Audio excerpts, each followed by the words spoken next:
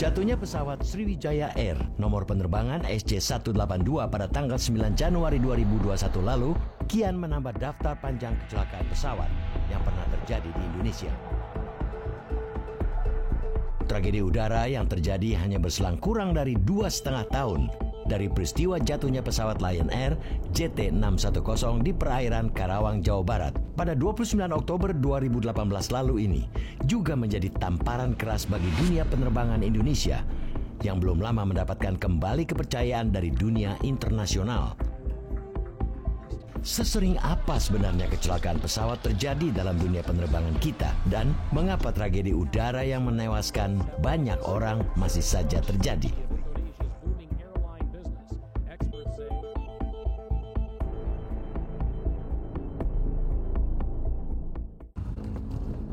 Peristiwa jatuhnya pesawat Sriwijaya Air SJ182 pada 9 Januari 2021 lalu menambah catatan hitam dalam sejarah moda transportasi udara di Indonesia.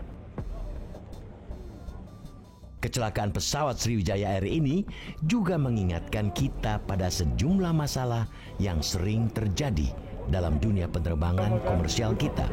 Our next report finds out. Menyusul kecelakaan ini, sejumlah media asing misalnya kembali menyorot berbagai masalah dalam dunia penerbangan kita. The flight's black box has the answer.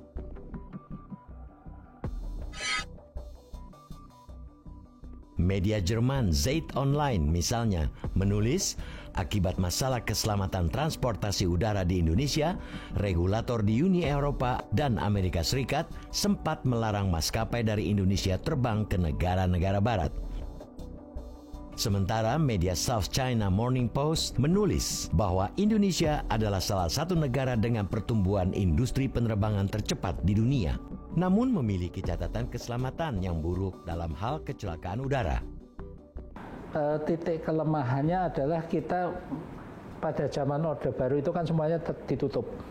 Kemudian kita tiba-tiba membuka. Jadi ibaratnya euforia. Dan membuka juga kita mungkin juga belum siap dengan regulasi, dengan pengawasan. Pokoknya silahkanlah mekanisme pasar siapa yang bisa kuat, bisa banting harga dan sebagainya dilepas. Organisasi regulatornya juga belum siap, regulasinya juga belum siap, ya jadinya seperti itu. Bahkan ada salah satu airline yang dalam waktu 10 tahun itu catatan saya paling enggak ada 25 kali accident and incident. Tidak ada kecelakaan yang tidak diawali oleh hazard. Nah, kenapa kecelakaan itu terjadi? Karena kita tidak mampu mengenali hazard sebelumnya, makalah terjadi kecelakaan.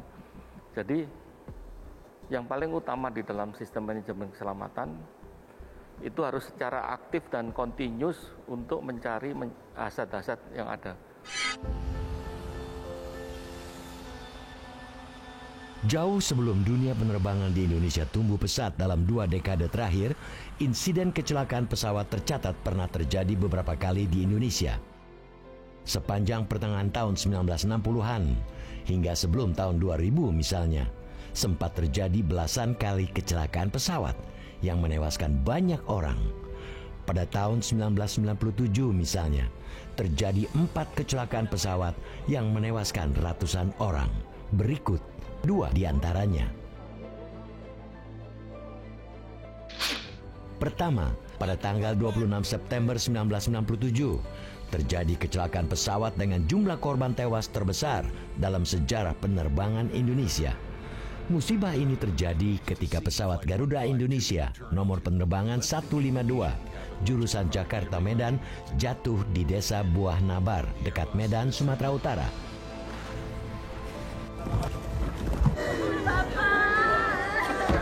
Akibat insiden ini, 234 penumpang dan awak pesawat tewas.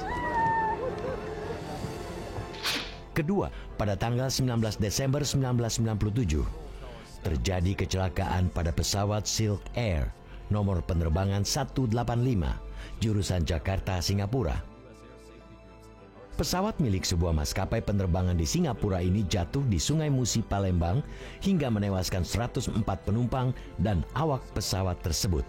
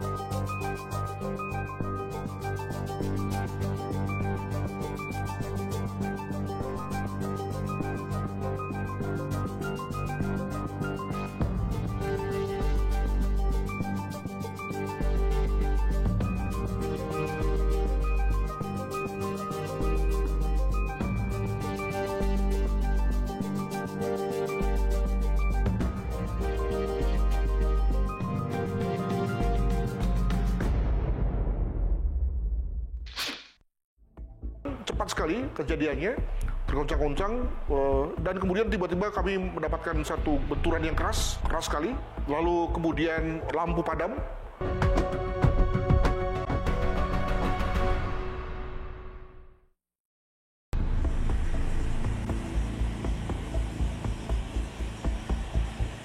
Terjadinya deregulasi dalam dunia penerbangan nasional sejak tahun 2000-an membawa banyak perubahan dalam tata kelola dunia penerbangan komersial di Indonesia. Masuknya banyak pemain baru non-pemerintah dalam dunia penerbangan nasional memang membuat bisnis penerbangan komersial bergairah. Namun, perubahan ini sempat melahirkan berbagai masalah baru. Saya ingin mengajak untuk melihat perkembangan penerbangan sipil komersial di Indonesia pada akhir tahun 90-an dan awal tahun 2000-an. Ya. Nah, apa yang terjadi di situ? Yang terjadi di situ adalah orang mendapatkan satu ada regulasi baru pada waktu itu keluar yang memudahkan orang untuk berbisnis di maskapai penerbangan. Maskapai penerbangan itu bisnis yang luxurious, glamor, dan bergengsi.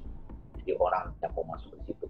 Padahal mereka nggak tahu bahwa margin keuntungan itu sangat tipis dan berhadapan setiap saat pada masalah-masalah keselamatan penerbangan yang menyangkut nyawa banyak orang. Ya, orang hanya melihat gengsinya. Nah, apa yang terjadi waktu itu regulasi juga masih kurang. Yang terjadi adalah mereka berlomba-lomba banting-bantingan harga. Ya, ketika banting-bantingan harga, pengawasan kurang. Di sanalah kemudian operator maskapai penerbangan ini juga yang bisa dipotong ongkosnya, termasuk juga training untuk pilotnya dipotong, perawatan pesawat dipotong dan sebagainya, yang ujung-ujungnya itu berdampak pada keselamatan. Menyusul perubahan dalam tata kelola bisnis penerbangan komersial di Indonesia, berbagai peristiwa kecelakaan pesawat yang terjadi sejak tahun 2000-an tidak lagi didominasi pesawat milik maskapai plat merah, tapi juga menimpa banyak pesawat milik maskapai komersial. Berikut beberapa kecelakaan pesawat yang terjadi pada 2 dekade tahun 2000-an.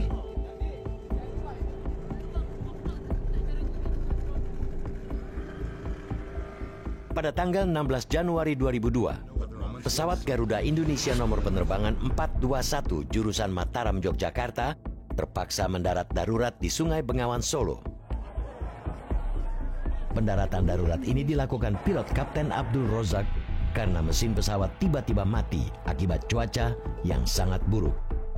Dalam insiden ini, seorang pramugari tewas karena terseret arus sungai. Namun berkat aksi heroik kru pesawat, seluruh penumpang yang berjumlah 59 orang selamat. Sebelum itu memang terjadi kondisi yang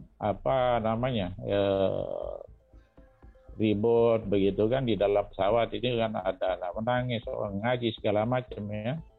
Nah, kita hanya bisa takbir saja kan, Allahu Akbar itu pun secara terputus-putus kan, saking gemeter, saking takut kan begitu. Itulah yang terjadi pada saat kita di atas udara. Tapi setelah di jatuh ya, baru lama setelah itu kita sadar.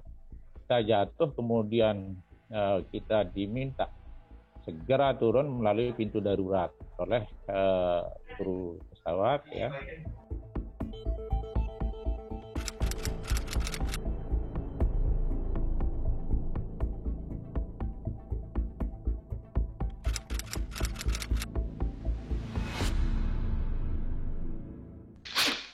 Pada tanggal 5 September 2005, pesawat Boeing 737-200 Mandala Airlines nomor penerbangan RI-091 gagal take off dari Bandara Polonia Medan. Pesawat tujuan Jakarta ini tiba-tiba melaju menerobos pagar bandara, menabrak warga dan perumahan penduduk di Jalan Jamin Ginting, Medan. Akibat kecelakaan ini, 110 dari 117 orang penumpang dan awak pesawat tewas. Insiden ini juga menewaskan 41 warga yang tertabrak pesawat. Pada tanggal 1 Januari 2007, kecelakaan menimpa pesawat milik maskapai Adam Air. Pesawat dengan nomor penerbangan 574 jurusan Surabaya Manado ini jatuh di Selat Makassar di kedalaman lebih dari 2.000 meter. Seluruh penumpang dan awak pesawat yang berjumlah 102 orang tewas.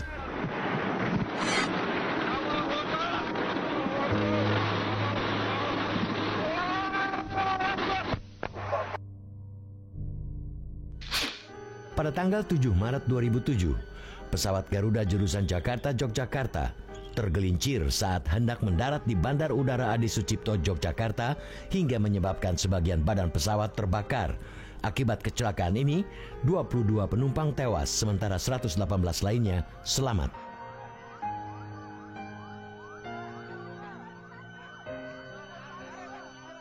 Cepat sekali kejadiannya, tergoncang-goncang, dan kemudian tiba-tiba kami mendapatkan satu benturan yang keras sekali.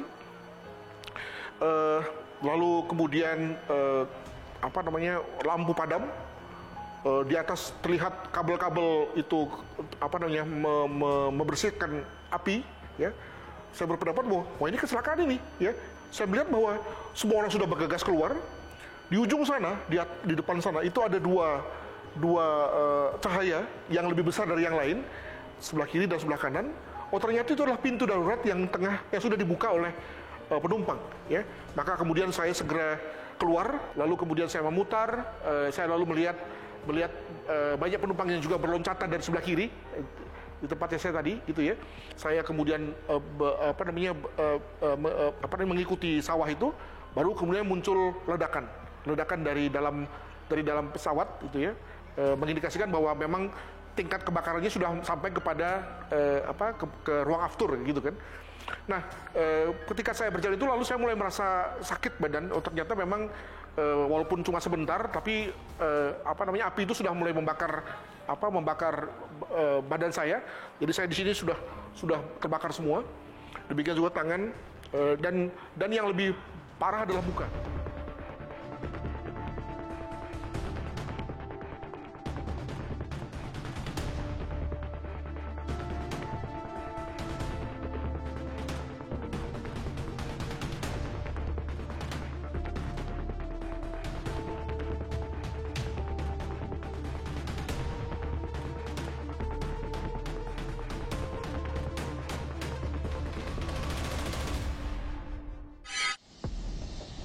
Pada tanggal 9 Mei 2012, kecelakaan pesawat yang menelan banyak korban tewas kembali terjadi. Pesawat Sukhoi Superjet 100 yang tengah dalam pengenalan uji terbang menabrak Gunung Salak Bogor, Jawa Barat. Akibat insiden ini, semua penumpang dan awak pesawat yang berjumlah 45 orang tewas. Investigasi menyimpulkan bahwa terdapat beberapa faktor yang berkontribusi terhadap kecelakaan tersebut, antara lain: yang pertama, awak pesawat tidak menyadari kondisi pegunungan di sekitar jalur penerbangan yang dilalui, dikarenakan beberapa faktor, dan berakibat awak pesawat mengabaikan peringatan dari Terrain Avoidance Warning System. Pada tanggal 28 Desember 2014, pesawat Air Asia Indonesia nomor penerbangan 8501 tujuan Surabaya, Singapura jatuh di Laut Jawa. Seluruh penumpang dan awak yang berjumlah 162 orang tewas.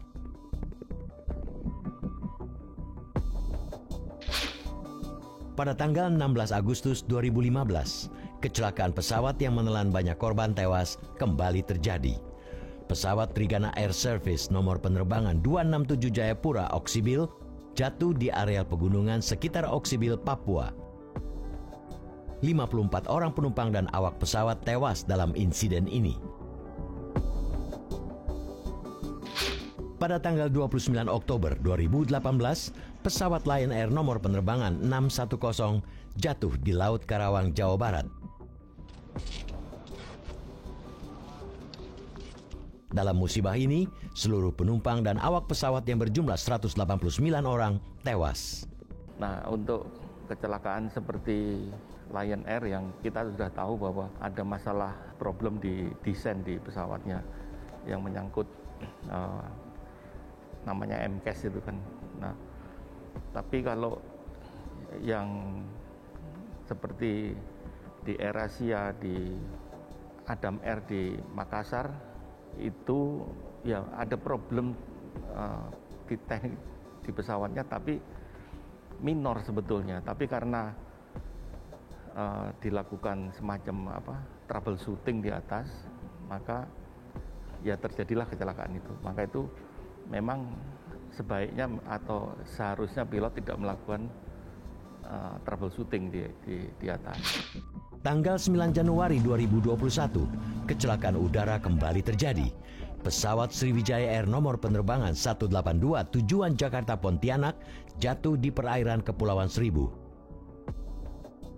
Pesawat ini tercatat membawa 50 orang penumpang termasuk 7 anak-anak dan 3 bayi. Awak pesawat yang bertugas pada penerbangan ini ada 12 orang. Akibat insiden ini, semua penumpang dan awak pesawat tewas. Dari penyebab kecelakaan yang ada itu, ya memang masih yang paling besar kontribusinya adalah di human factors.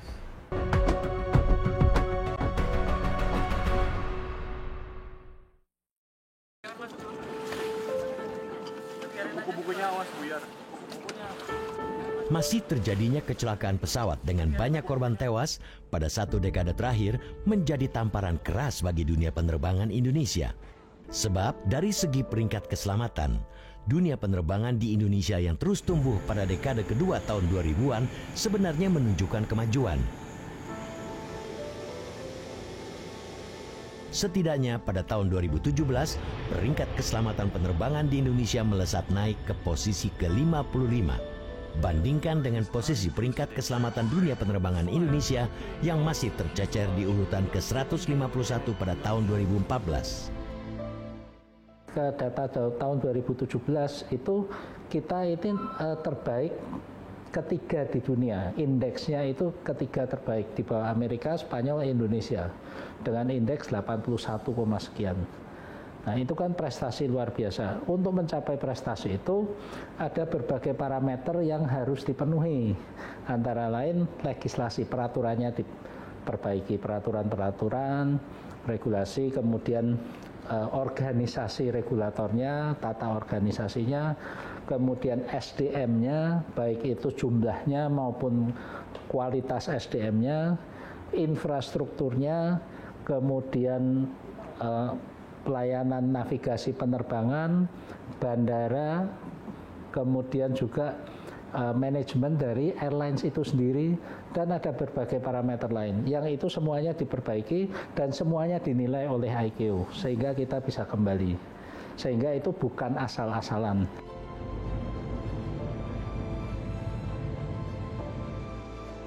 Meski terjadi kenaikan peringkat dalam soal keselamatan, kecelakaan pesawat kembali terjadi pada tahun 2018 saat pesawat Lion Air JT610 jatuh di perairan Karawang, Jawa Barat pada 29 Oktober 2018 dan kurang dari 2,5 tahun, tanggal 9 Januari 2021 lalu. Kecelakaan udara kembali terjadi setelah pesawat Sriwijaya Air jatuh di perairan Kepulauan Seribu. Dalam catatan Komisi Nasional Keselamatan Transportasi atau KNKT sejak tahun 2004, sedikitnya terjadi 10 kecelakaan pesawat yang menelan korban jiwa. Dari 10 peristiwa kecelakaan ini, 9 diantaranya merupakan pesawat komersial.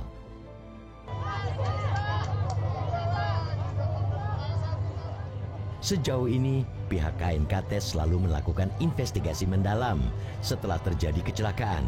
KNKT juga berkoordinasi dengan berbagai pihak, mulai dari pihak maskapai, produsen pesawat, hingga pihak lain yang terkait untuk menyimpulkan penyebab kecelakaan.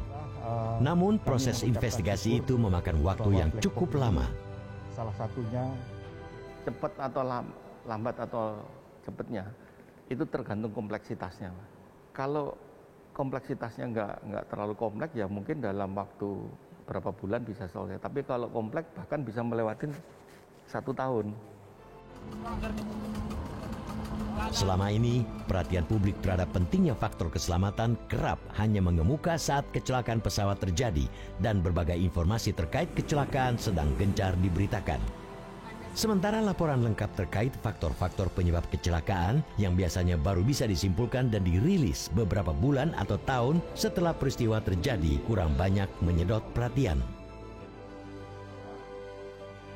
Hasil dari investigasi ini untuk perbaikan keselamatan itu adalah berupa rekomendasi. Nah, kalau rekomendasi ini atau obatnya tidak diminum atau rekomendasinya tidak dilaksanakan, nah ini akhirnya kecelakaan dengan penyebab yang sama terjadi kembali. Padahal tujuan dari investigasi KNKT itu adalah untuk mencegah kecelakaan dengan penyebab yang sama di kemudian hari. Nah, maka itu kita mengeluarkan rekomendasi agar kejadian dengan penyebab yang sama bisa dihindarkan. Dari banyak kesimpulan yang dibuat KNKT, setiap kecelakaan pesawat memiliki faktor penyebab berbeda. Bahkan ada beberapa kesimpulan penyebab kecelakaan berbeda dengan hipotesis awal. Meski berbeda-beda, menurut KNKT, penyebab kecelakaan umumnya didominasi faktor manusia. Jadi dari hasil rekomendasi KNKT dari itu ya ada menyangkut masalah regulasi, pengawasan dari regulator, ada juga masalah human factor. Kita nggak ngomong human error ya, human factor. Dari penyebab kecelakaan yang ada itu ya memang masih yang paling besar kontribusinya adalah di human factors. Artinya menyangkut cockpit crew yang masih cukup dominan. Dan itu rata-rata di penerbangan dunia yang dominan memang terjadi di masalah human factor. Kalau makin ke belakang masalah teknikal menjadi ikut menjadi kontribusi utamanya, semakin tahun ke belakang ini semakin mengecil lah. Kembali kepada tentang pengawasan yang merupakan nyawanya penerbangan. Jadi di dunia penerbangan itu adalah sebuah dunia yang lingkungannya itu sangat teknologis. Dan dia mengoperasikan pesawat-pesawat itu adalah produk teknologi. Kalau kita berada di lingkungan yang teknologis sifatnya, maka kita berada pada sebuah lingkungan yang harus taat aturan. Ya, kita harus disiplin. Kelemahan terbesar kita itu disiplin. Ya, kita susah membangun self-disiplin. Dan self-disiplinnya harus diikuti oleh pengawasan yang terus-menerus. Pengawasan melekat yang terus-menerus. Plus continuous monitoring. Itu harus. Dua ini masih belum cukup. Dia harus diikuti juga dengan hukuman efek jerah apabila terjadi pelanggaran terhadap aturan, prosedur, regulasi yang berlaku. Ketiga ini harus balance. Kalau dia pincang, maka kita sebenarnya membuka pintu terjadinya kecelakaan. Metro TV,